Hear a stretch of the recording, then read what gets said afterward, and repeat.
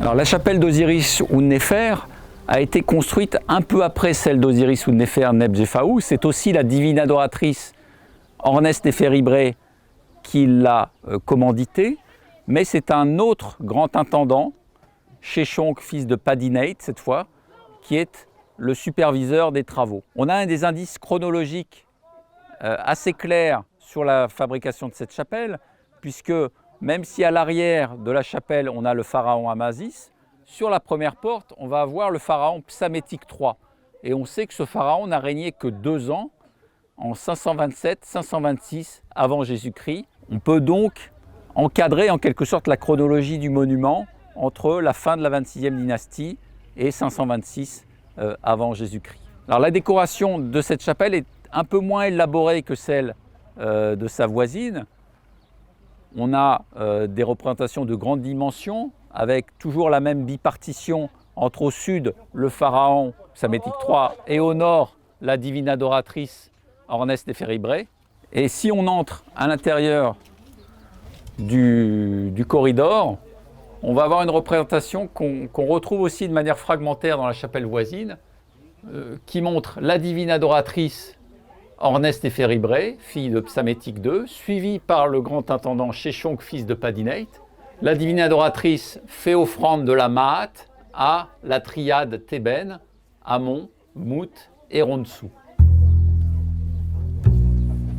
Là, on peut observer un cas très visuel dans la mesure où on observe des murs en briques crues reconstruits à la période ptolémaïque avec dans le bas des murs toute une série de blocs réutilisés qui proviennent directement des chapelles et qui vont pouvoir être documentés progressivement et potentiellement réintégrés au monument à la suite des études des épigraphistes.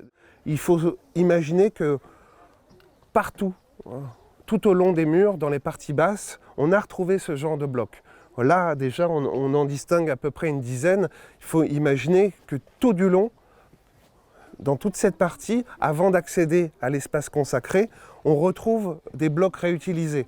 On en a sur tout le pourtour des murs enserrant la salle hypostyle. Au niveau de la deuxième porte, à cet endroit-ci, il y a 1 ou 2 ans, on a retrouvé une table d'offrande. Dans l'autre secteur de la porte, on avait retrouvé justement des éléments de linteau avec les cartouches, avec les noms des divines adoratrices, de la chapelle elle-même, avec le vrai nom de la chapelle d'Osiris ou Néfer. Dans un état de conservation, certes, vraiment mauvais, mais dès qu'on l'a mis au jour, on a pu le stabiliser immédiatement.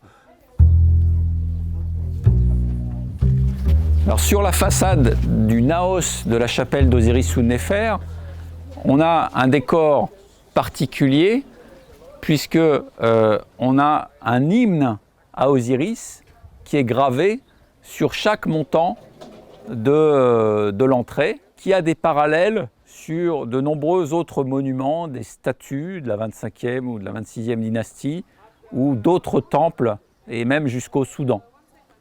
Donc c'est un hymne qui appelle au réveil d'Osiris et qui évoque aussi la personnalité d'Osiris comme s'identifiant à la crue du Nil, par exemple, ou qui détaille son pouvoir sur l'Égypte en tant que souverain des vivants. À l'intérieur de la chapelle, nous n'avons aucun indice du décor subsistant, puisque comme dans la chapelle voisine, on a probablement eu un incendie assez violent qui a fait éclater la décoration. Et dans la phase de restauration qui a suivi, on a dû ravaler en quelque sorte les parois, ce qui a fait perdre toute trace du décor initial. On a commencé depuis l'an dernier à dégager tout un espace attenant directement à la partie consacrée qui se situe dans la partie sud. Cet espace, on le pense comme directement lié à la chapelle, peut-être comme un espace de service où étaient préparés les aliments, les offrandes, pour que le culte se déroule au moment de la mise en place des des processions ou autres rites menés au cœur du sanctuaire. Donc cet espace, il était comblé de différentes couches de remblais, différents artefacts, des blocs, des céramiques. Beaucoup de choses encombraient cette pièce comme si on s'en était servi postérieurement comme zone de rejet, simplement. On a l'impression que cette pièce n'était plus réellement utilisée dans la seconde vie de la chapelle à l'époque ptoléméique. Par contre, au gré du dégagement, on a pu s'apercevoir qu'au-delà de simples rejets domestiques ou autres, on s'est aperçu qu'il y avait des zones de concentration de blocs sur lesquelles étaient conservés énormément de polychromie, de programmes décoratifs, des hiéroglyphes et du coup, durant le travail de stabilisation de ces différents blocs, on a pu se rendre compte assez rapidement qu'ils faisaient partie du sanctuaire lui-même et qu'on pouvait directement les replacer à leur endroit d'origine. Je ne sais pas si vous voyez, tout le bas des murs est entièrement léché par le feu. On note des traces de rubéfaction, comme s'il y avait eu justement dans tout ce secteur un énorme incendie.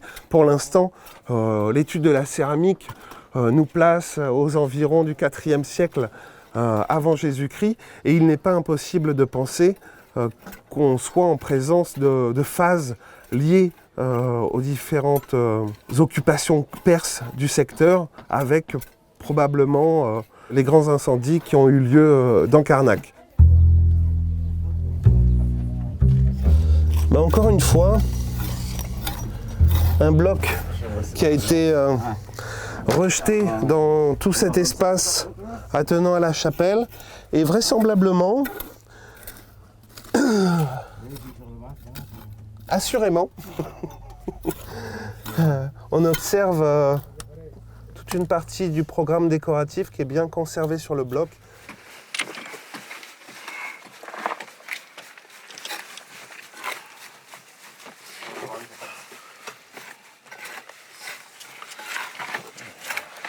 Faites toujours un petit peu attention au moment du dégagement d'un bloc. Parfois on a des racines, de la céramique, tout un tas d'éléments qui peuvent potentiellement abîmer les couleurs qu'on a ici. Ce qui est intéressant en même temps, c'est qu'on a énormément de céramique qui est sortie juste de ce petit espace. On a de la céramique décorée, de la céramique très très fine, un peu plus grossière, de stockage, de présentation, de céramique de service. On a un petit peu tout, donc là on a un panel céramique assez varié qui correspond du coup au rejet et au moment où a été rejeté ce bloc. Donc peut-être qu'on pourra lier les différents éléments de datation à ce rejet.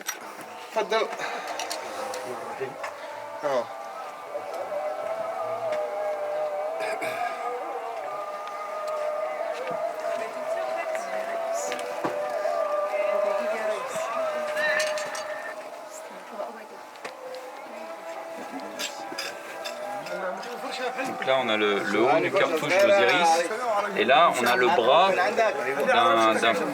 d'un dieu, donc, qui est la forme caractéristique de Imen Amipet, Amonkhamtep ou Min, donc qui porte le bras levé avec un sceptre au-dessus.